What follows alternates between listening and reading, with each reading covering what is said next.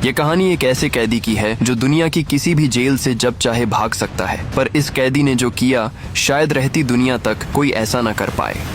कहानी की शुरुआत होती है एक ओल्ड एज होम यानी वृद्ध आश्रम से, जहां एक बूढ़ा आदमी पॉल एजकॉम्ब रहता है। वहां के नियम बहुत सख्त हैं और किसी भी व्यक्ति को बाहर निकलने की अनुमति नहीं दी जाती है, पर पॉल सुबह सवेरे अपनी जगह से उठता है और अक्सर बिना किसी को बताए चुपके से मुख्य दरवाजे से बाहर निकल जाता है। पॉल रास्ते पर चलता हुआ एक पहाड़ी के ऊपर बने पुराने घर के पास पहुंचता है और वहां रुककर उसकी कांच की खिड़की से अंदर झांकने लगता है। पॉल की आंखें अंदर किसी चीज पर टिक जाती हैं और कुछ देर बाद वह मुड़कर वापस ओल्ड एज होम की तरफ चल देता है। इमारत के अंदर पहुंचने पर पॉल देखता है कि हॉल में बाकी सभी लोग कुर्सियों पर बैठकर टीवी देख रहे होते हैं और टीवी पर चल रहे एक दृश्य को देखते ही पॉल के चेहरे के भाव बदल जाते हैं और पॉल रोने लग जाता है। उसकी दोस्त एलन उसे रोता हुआ देखती है। एलन अपनी कुर्सी से उठती है और पॉल का हाथ पकड़कर उसे वहां से दूर ले जाती है। वे दोनों एक खिड़की के पास रखी खाली टेबल के पास पहुंचते हैं और कुर्सियों पर बैठ जाते हैं। एलन पॉल के चेहरे की तरफ देखती है और समझ जाती है कि टीवी के उस वीडियो ने पॉल के दिमाग में पुरानी यादें ताजा कर दी हैं। एलन सीधे पॉल से सवाल करती है, तुम्हें क्या हुआ? पॉल एक लंबी सांस लेता है और अपनी पुरानी जिंदगी की कहानी सुनाना शुरू कर देता है। पॉल बताता है, महामंदी के दौर में मैं एक जेल के अंदर गार्ड की नौकरी करता था। मेरी मुख्य जिम्मेदारी उन सभी कैदियों की देखभाल करना था जिन्हें कोर्ट से मौत की सजा मिली हुई होती थी। उस जेल के फर्श पर हर तरफ हरी रंग की टाइलें बिछी हुई थी और इसी हरे रंग की वजह से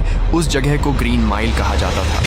कहानी कई साल पीछे चली जाती है, जहां हमें कोल्ड माउंटेन जेल का मैदान दिखाई देता है और वहां बहुत सारे कैदी अपना काम कर रहे होते हैं। उसी वक्त जेल के मुख्य दरवाजे से एक बड़ा ट्रक अंदर आता है और उस ट्रक के अंदर मौत की सजा पाया हुआ एक नया कैदी मौजूद होता है। तभी दृश्य बदलता है और 44 साल का पॉल दर्द से कराहता हुआ दिखाई देता है। यही बूढ़ा जो अपनी बात इस औरत को सुना रहा है। पॉल को यूरिन इन्फेक्शन की बीमारी हो जाती है, यानी हर बार पेशाब करने में बहुत दर्द, और वह इस वक्त टॉयलेट के अंदर खड़ा होता है। ब्रूट्स नाम का एक गार्ड दरवाजे पर जोर से दस्तक देता है और पॉल को बताता है नया कैदी पहुंच गया है। पॉल टॉयलेट से बाहर आता है और बाकी गार्ड्स के साथ मिलकर कैदी को अंदर लाने की तैयारियां शुरू कर देता है। वह नया कैदी ट्रक के पिछले हिस्से से नीचे कदम रखता है। पर्सी नाम का एक घमंडी और क्रूर गार्ड अपनी जगह से आगे बढ़ता है और कैदी के साथ चलते हुए जोर से चिल्लाता है, एक नया मरने वाला बंदा आ रहा है, जल्द की ये मारा जाएगा। पर्सी की यह बात सुनकर वहां मौजूद बाकी गार्ड उसकी तरफ घूरते हैं और उन सभी के चेहरों पर गुस्सा साफ दिखाई देता है। नया कैदी ब्लॉक के अंदर दाखिल होता है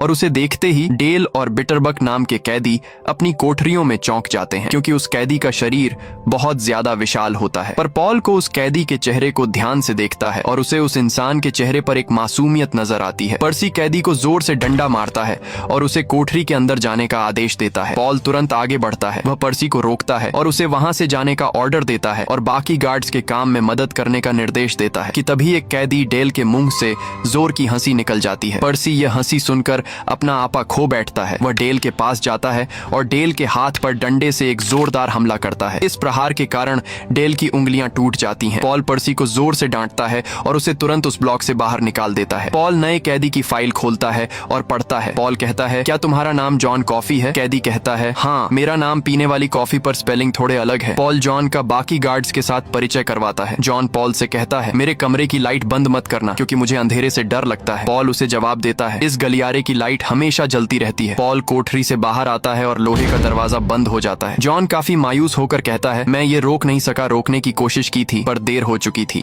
गार्ड अपने ऑफिस में वापस आते हैं और आपस में बातचीत करते हैं कि यह नया कैदी दिमागी रूप से कमजोर लगता है और इसे बहुत जल्द फांसी दी जाएगी। हैरी नाम का गार्ड अपनी बात रखता है, यह इंसान जैसा भी हो, इसने जो भी अपराध किया है उसकी सजा इसे जरूर मिलनी चाहिए। हैरी अपने हाथ से जॉन की फाइल पॉल की तरफ बढ़ाता है और पॉल उसे पकड़कर पढ़ने लगता है। फाइल के पन्नों में लिखा होता है कि लुइसियाना के एक गांव में एक परिवार बहुत बड़े सदमे से गुजर रहा था, क्योंकि उनके घर की 2 बेटियां अचानक कहीं गायब हो गई थीं। गांव के बहुत सारे पड़ोसी और कई पुलिस वाले मिलकर उन दोनों लड़कियों को हर जगह ढूंढ रहे होते हैं। खोजबीन के दौरान लड़कियों के पिता की नजर जमीन पर पड़ती है और वहां उसे खून से सनी हुई एक गुड़िया मिलती है। अचानक उन सभी लोगों के कानों में एक आदमी की तेज और दर्द भरी चीख गूंजती है और वह आवाज जॉन काफी की होती है। लोग आवाज की तरफ दौड़ते हैं और देखते हैं कि जॉन वहां बैठकर रो रहा होता है। जॉन के दोनों हाथों में वह दोनों लड़कियां होती हैं और उनके शरीर खून से पूरी तरह लथपथ होते हैं। भीड़ तेजी से दौड़कर जॉन के पास पहुंच जाती है। लड़कियों का पिता जॉन को देखते ही गुस्से से भर जाता है।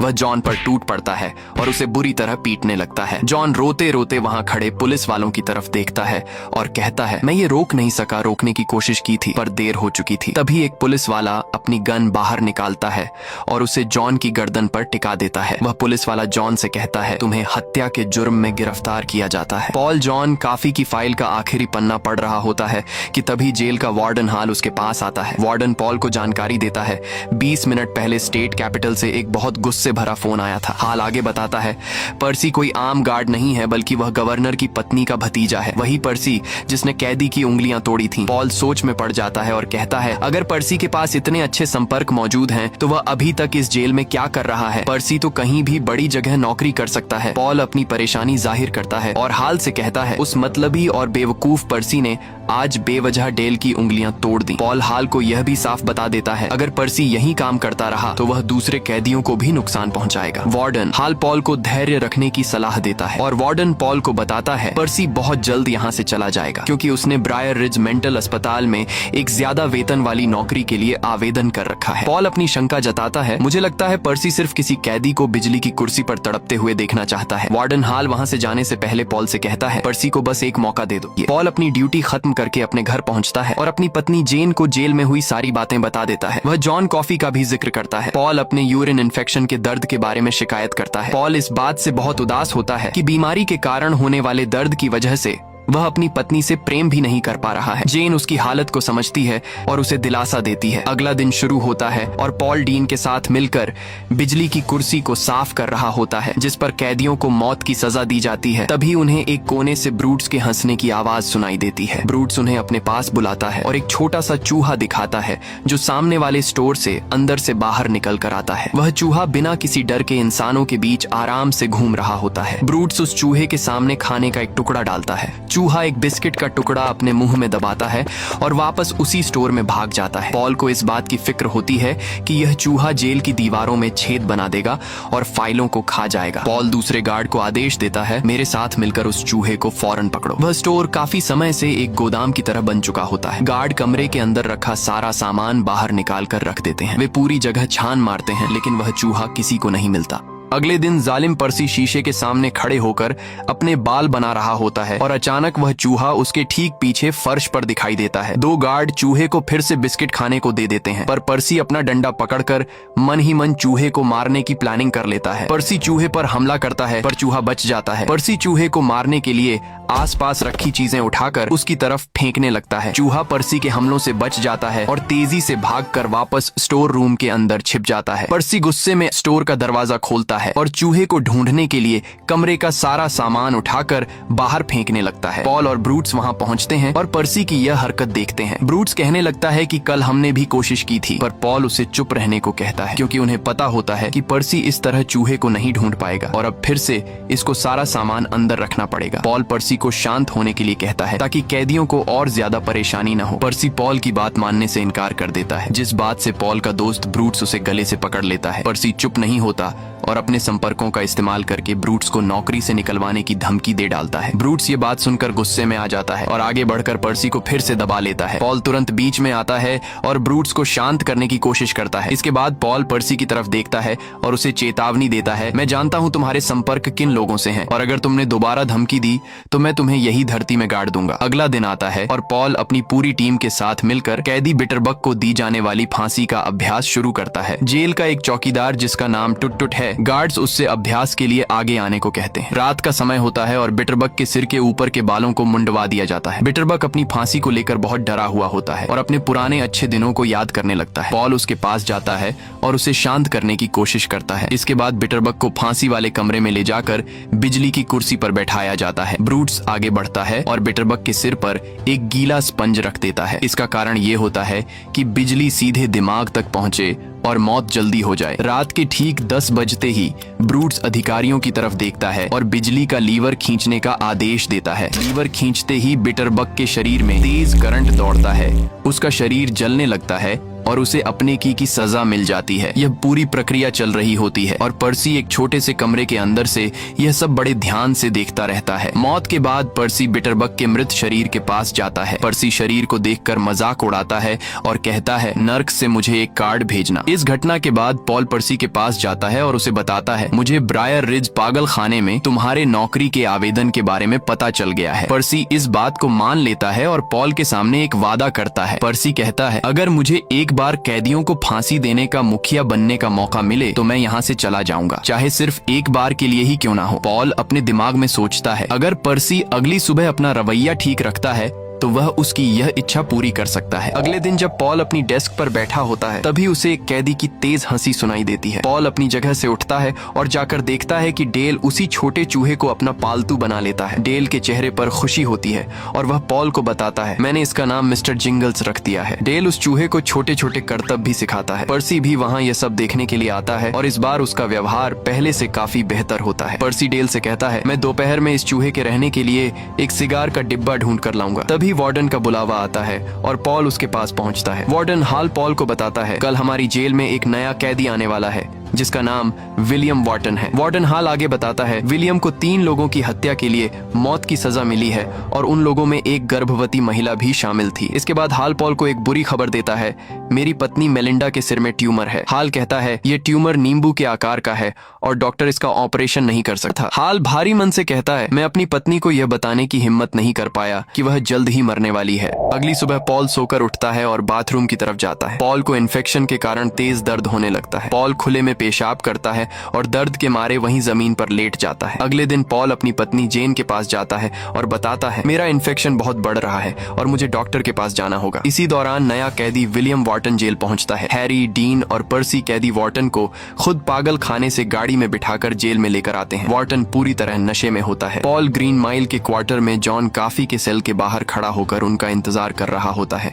तभी अचानक जॉन काफी अपनी कोठरी के अंदर से बोलने लगता है, संभल कर, नए कैदी से बचकर रहना। पॉल पीछे मुड़कर काफी को देखने लगता है। दूसरी तरफ अंदर आ रहा वॉर्टन अचानक अपना हाथ चलाता है और पर्सी के चेहरे पर कोहनी मार देता है कि तभी वह अपनी हथकड़ी से डीन का गला घोंटने लगता है। पॉल डीन को बचाने के लिए आगे बढ़ता है पर वॉर्टन पॉल की इन्फेक्शन वाली जगह यानी पेशाब वाली जगह पर लात मार देता है। पॉल दर्द में अपनी बंदूक निकालता है लेकिन डीन के सामने होने की वजह से पॉल गोली नहीं चला पाता। पॉल पास खड़े पर्सी को वॉर्टन पर हमला करने का आदेश देता है लेकिन पर्सी डर के मारे चुपचाप खड़ा रहता है और कुछ नहीं कर पाता। अचानक ब्रूट्स वहां पहुंचता है।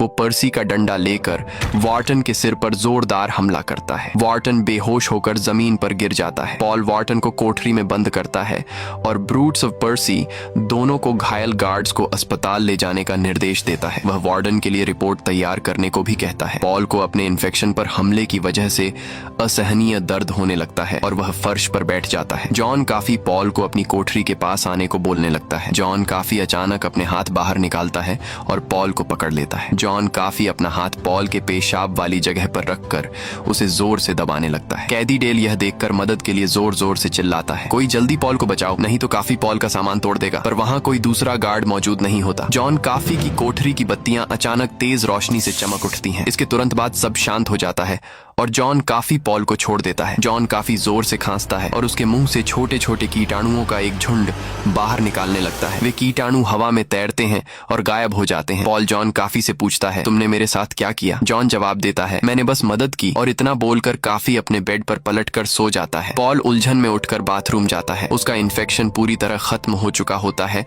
और उसे दर्द से राहत मिल जाती है। आज बहुत दिन बाद पॉल को खुलकर और बिना दर्द के पेशाब आता है। पॉल घर जाता है और पूरी रात से लेकर सुबह तक अपनी पत्नी के साथ प्रेम करता है, क्योंकि पॉल जॉन काफी की शक्ति से 18 साल का जवान लड़का बन गया था। पॉल जेन को बताता है, मैं डॉक्टर के पास नहीं गया था, बल्कि जॉन ने मेरा इन्फेक्शन ठीक कर दिया। पॉल जेल के ऑफिस में फोन करता है और कुछ दिन की छुट्टी ले लेता है, क्योंकि पॉल जॉन काफी के पुराने वकील बर्ट हैमरस्मिथ से मिलने जाता है ताकि वह जॉन का एहसान चुका सके। पॉल बर्ट से मिलता है और जॉन को नया मुकदमा दिलाने में मदद मांगता है। पॉल बर्ट को बताता है कि जॉन निर्दोष है, वो किसी का मर्डर नहीं कर कर सकता। हैमरस्मिथ पॉल को अपने पालतू कुत्ते की कहानी सुनाता है। वह बताता है कि उस कुत्ते ने बिना किसी कारण के अचानक एक दिन उसके बेटे पर हमला कर दिया था। हैमरस्मिथ का परिवार हमेशा यही सोचता था कि वह कुत्ता बहुत अच्छा है, पर जैसे बिना किसी कारण कुत्ते ने बच्चे की आंख खा ली थी, उसी तरह जॉन काफी ने भी बच्चियों को बिना किसी कारण से अचानक मार दिया। हैमरस्मिथ बताता है,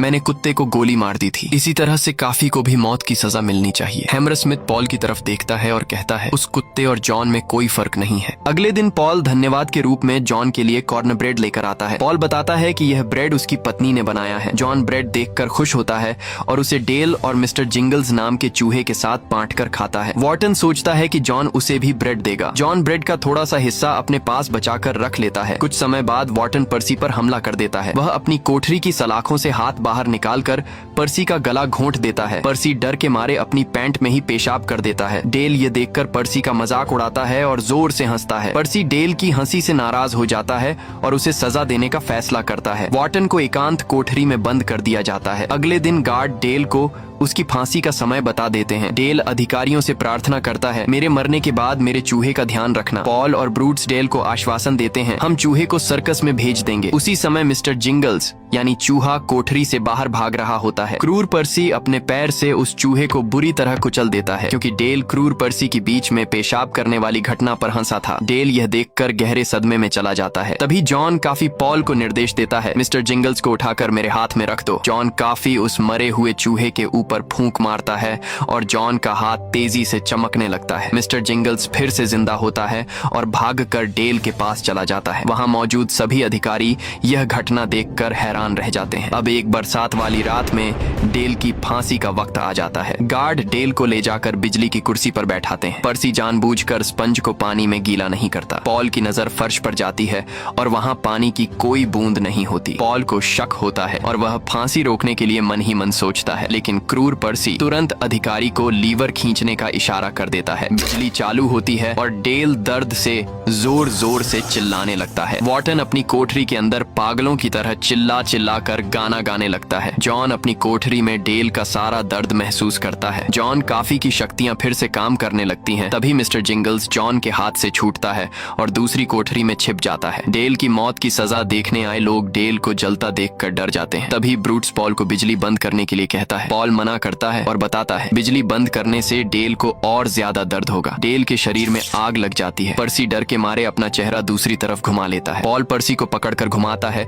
और उसे डेल की हालत देखने पर मजबूर कर देता है। फांसी खत्म होती है और क्रूर पर्सी पॉल से झूठ कहता है, मुझे नहीं पता था कि स्पंज गीला होना चाहिए। ब्रूट्स गुस्से में अपना हाथ उठाता है और पर्सी के चेहरे पर एक जोरदार थप्पड़ मार देता है। वार्डन हाल वहां पहुंचता है और पूछता है, यहाँ क्या हुआ? पॉल वार्डन को बताता है, ये सब पर्सी की नासमझी की वजह से हुआ है। पॉल पर्सी के वादे को याद दिलाता है और कहता है, अब पर्सी को ब्रायर रिज जाना होगा। पॉल वापस अपने ब्लॉक में पहुंचता है। जॉन काफी पॉल को बताता है, मैंने डेल का सारा दर्द महसूस किया है। जॉन आगे कहता है, मिस्टर जिंगल्स यानी चूहे ने भी मेरे जरिए उस दर्द को महसूस किया। अगले दिन पॉल और जेन वार्डन हाल के घर जाते हैं ताकि वे उसकी पत्नी मेलिंडा से मिल सकें। हाल पॉल को जानकारी देता है, मेरी पत्नी की हालत लगातार बिगड़ रही है और वह पहले जैसी नहीं रही, जल्द ही मरने वाली है। मेलिंडा बहुत गालियां देती है और हमेशा भ्रम की स्थिति में रहती है। घर वापस आने के बाद उसी रात पॉल जेन से कहता है, मैं बाकी गार्ड्स को अपने घर बुलाना चाहता हूँ। अगले दिन सभी गार्ड पॉल के घर पहुँचते हैं। पॉल उनसे जॉन द्वारा मिस्टर जिंगल्स चूहे को ठीक करने के बारे में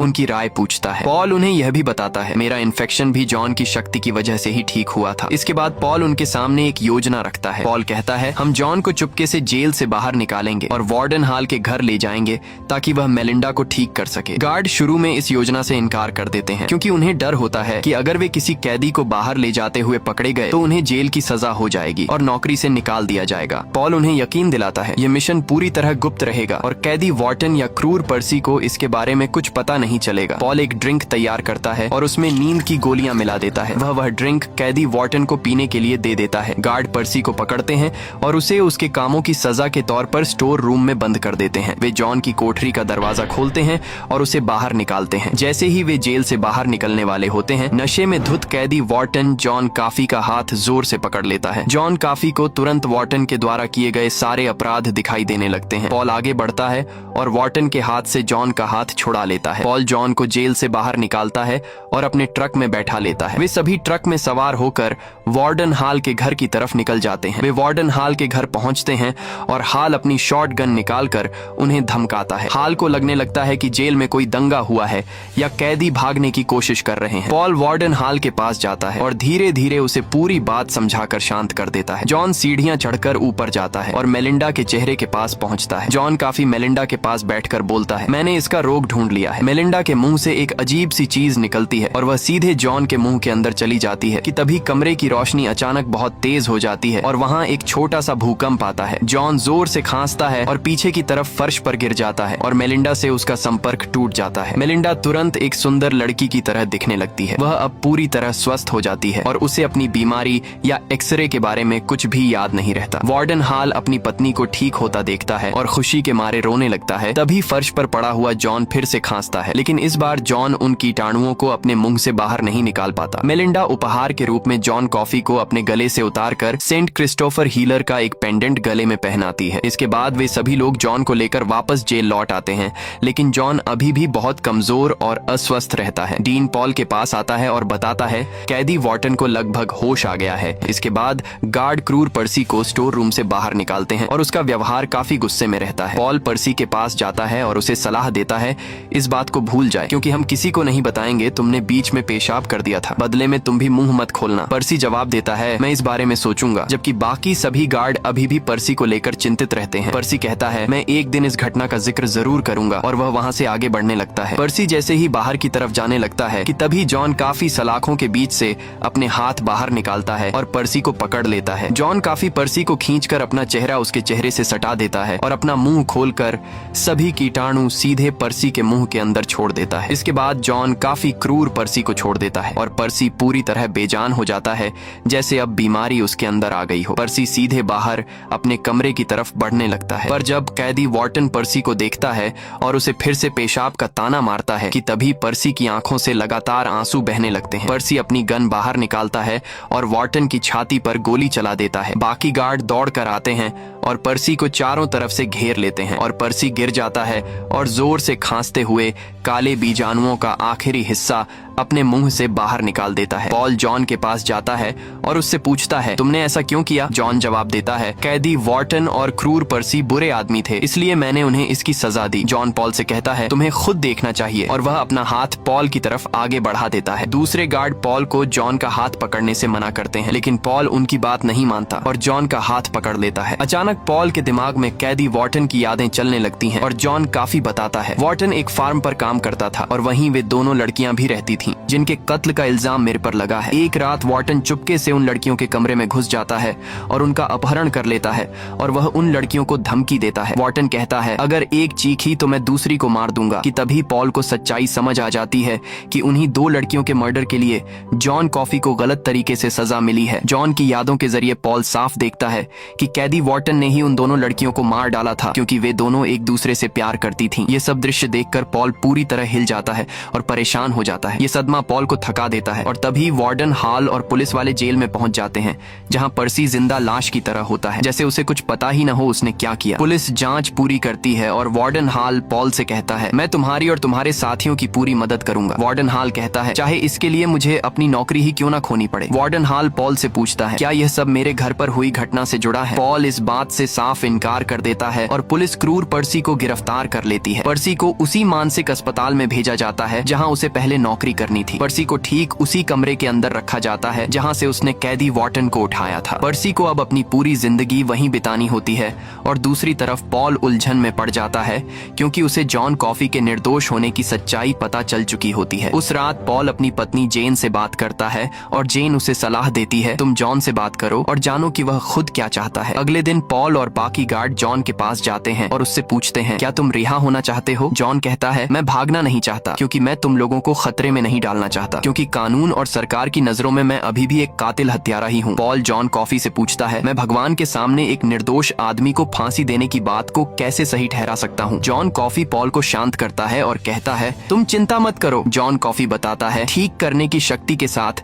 मैं अपने आसपास के हर इंसान का दर्द भी महसूस करता हूँ और मैं अब इस दर्द और अंधेरे में जीना नहीं चाहता। अब फांसी की सजा ही मेरे लिए मुक्ति है। जॉन कॉफी कहता है, मेरे लिए फांसी एक तरह की दया होगी, भले ही मैंने कोई अपराध ना किया हो। फांसी का समय पास आता है और पॉल जॉन से पूछता है, तुम्हारी आखिरी इच्छा क्या है? जॉन कॉफी पॉल को बताता है, मैंने आज तक कोई फिल्म नहीं देखी, मैं अब एक फिल्म देखना चाहता हूँ। पॉल और गार्ड एक फिल्म प्रोजेक्टर और एक फिल्म लेकर आते हैं। ये वही फिल्म होती है जो बूढ़ा पॉल कहानी की शुरुआत में देखकर रोने लग गया था और बुढ़िया को कहानी सुनाने लग गया था। फिल्म शुरू होती है और फिल्म में फ्रेड अस्टेयर नाम का पात्र हेवन गाने पर डांस कर रहा होता है और जॉन कॉफी हैरानी के साथ स्क्रीन की तरफ देखता रहता है। जॉन की फांसी का दिन आ जाता है और पॉल आगे बढ़ता है और जॉन के गले से उसका पेंडेंट उतार लेता है। पॉल जॉन कॉफी से कहता है, मैं तुम्हारे मरने के बाद ये पेंडेंट वापस तुम्हारे गले में डाल दूंगा। पहरेदार जॉन को पकड़कर ऑडिटोरियम के अंदर ले जाते हैं और जॉन कॉफी कहता है, ये सभी लोग मेरे से नफरत कर रहे हैं क्योंकि इनको लगता है लड़कियों को मैंने मारा है। दर्शकों के बीच उन मारी गई लड़कियों के माता पिता भी बैठे होते हैं जो जॉन कॉफी को गालियां देने लगते हैं, पर ब्रूट्स जॉन के पास जाता है और कहता है, हम तुमसे नफरत नहीं करते, तुम सिर्फ हमारी तरफ ध्यान लगाओ। गार्ड जॉन को कुर्सी से बंधा हुआ देखते हैं और उनके आंसू बहने लगते हैं। जब गार्ड जॉन कॉफी का चेहरा ढकने लगता है तो जॉन कॉफी कहता है, मुझे अंधेरे से डर लगता है। तो पॉल गार्ड को जॉन कॉफी की बात मानने का हुक्म देता है। पॉल दोबारा चेक करता है कि स्पंज पूरी तरह से गीला है या नहीं और वह जॉन के सिर पर कैप लगा देता है। पॉल एक कदम आगे बढ़ाता है, वह जॉन कॉफी से हाथ मिलाता है, पर जब पॉल ने कॉफी का हाथ पकड़ा तो पॉल को एक आवाज सुनाई दी। जॉन कॉफी मन ही मन कहता है, उसने बच्चियों को प्यार की आड़ में मार डाला और ऐसे ही सही दुनिया कर रही है। पॉल एक कदम पीछे होता है और अधिकारी को कुर्सी चालू करने का आदेश दे देता है। कुर्सी चालू होती है और जॉन की मौत हो जाती है। इसके बाद पॉल व पेंडेंट जॉन कॉफी को वापस पहना देता है। इसके बाद पॉल और ब्रूट्स छोड़ देते हैं। जॉन की मौत के बाद पॉल और ब्रूट्स दोनों एक युवा सुधार गृह में अपना तबादला करवा लेते हैं। बाकी सभी गार्ड ग्रीन माइल पर अपना काम करते रहते हैं। कहानी वापस वर्तमान में आती है और एलन पॉल की बातें सुनती है कि तभी एलन को लगता है कि पॉल की कहानी बहुत अजीब है। पॉल एलन को अपने साथ उसी पहाड़ी के ऊपर वाले घर की तरफ ले जाता है जहां वो रोज सवेरे जाता है। वहां एलन घर के अंदर मिस्टर जिंगल्स को जिंदा देखकर पूरी तरह हैरान रह जाती और उसे वही चूहा दोबारा मिल जाता है जिसे पॉल तब से अपने पास रखे हुए होता है। पॉल एलन को बताता है, मैं 108 साल का हो चुका हूँ और शायद मिस्टर जिंगल्स को लंबी उम्र मिलना एक एक्सीडेंट था। वॉर्टन की मौत के बाद पॉल मानता है, यह मेरी सजा है कि मैंने ईश्वर का एक सच्चा चमत्कार देखा था। पॉल कहता है, अब मुझे जीते रहना होगा और सभी अपनों को, यहाँ तक कि तुम्हें भी बूढ़ा होते और मरते हुए देखना होगा। पॉल बताता है, मेरी खुद की मौत आने से पहले मैं अपने सभी दोस्तों से ज्यादा जी चुका हूँ। हाल मेलिंडा, पॉल की पत्नी और उनका बेटा, इन सभी के अंतिम संस्कार में पॉल अकेला मौजूद था। पॉल सोच में पड़ जाता है कि उसके पास जीने के लिए और कितना समय बचा है, जबकि ये चूहा ही मर नहीं रहा है। पॉल कहता है, मुझे पूरा यकीन है कि एक दिन मैं जरूर मरूंगा। पॉल एलन की तरफ देखता है और कहता है, लेकिन अगर भगवान एक छोटे से चूहे की उम्र इतने सालों तक बढ़ा सकता है तो आखिर मुझे और कितने साल जीना होगा। अंत में एक दिन एलन भी मर जाती है। अगर आपको ये कहानी पसंद आई तो वीडियो को लाइक करें, चैनल को सब्सक्राइब करें और एक प्यारा सा कमेंट करें। धन्यवाद।